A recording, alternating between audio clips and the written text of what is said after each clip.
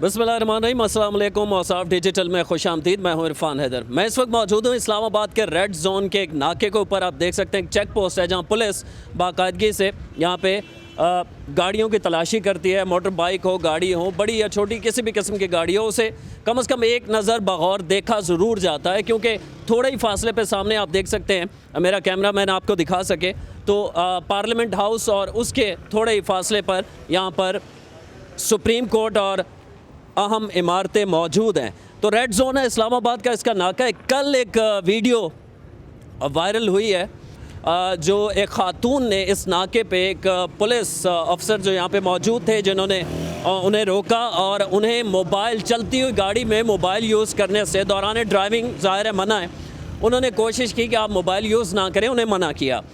उस खातून ने काफ़ी चीखी चिल्लाई और सोशल मीडिया पे बहुत वायरल हुई। और उस खातून ने जो ख़ास बात की जिस पे बहुत ज़्यादा सोशल मीडिया पे शोर शराबा हुआ, वो ये था कि आपने मुझसे पंजाबी ज़बान में बात की है। तो इलाकाई ज़बान या सूबाई ज़बान बोलने पर उन्होंने एतराज़ किया। ये वो पुलिस के ASI हैं मोहम्मद अशरफ साहब, जो इस वक्त आप देख सकते हैं यहाँ मौजूद हैं। ये वो थे, गो कि वो अपना मौक़िफ़ देने से कासिर है। उन्होंने मना किया कि वो इस हवाले से बात नहीं कर सकते, उन्हें सरकारी तौर पे अलाउ नहीं है। लेकिन ये वो पुलिस के ASI थे, आप देख सकते हैं।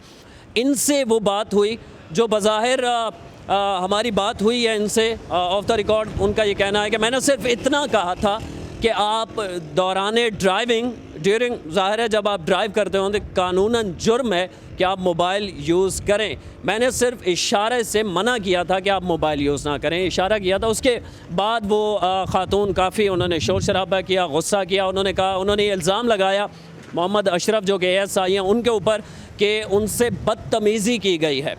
अब इनका मौक़िफ़ ये है कि इन्होंने कोई बदतमीज़ी नहीं की। चूँकि ये रेड जोन है, हमें गाड़ी की तलाशी करना लाजमी होता है और कोई भी कानून तोड़ेगा, कानून की वायलेशन करेगा, तो हमें इसी वजह से यहाँ तैनात किया गया है कि हम कानून की अमलदारी को यकीनी बनाएं।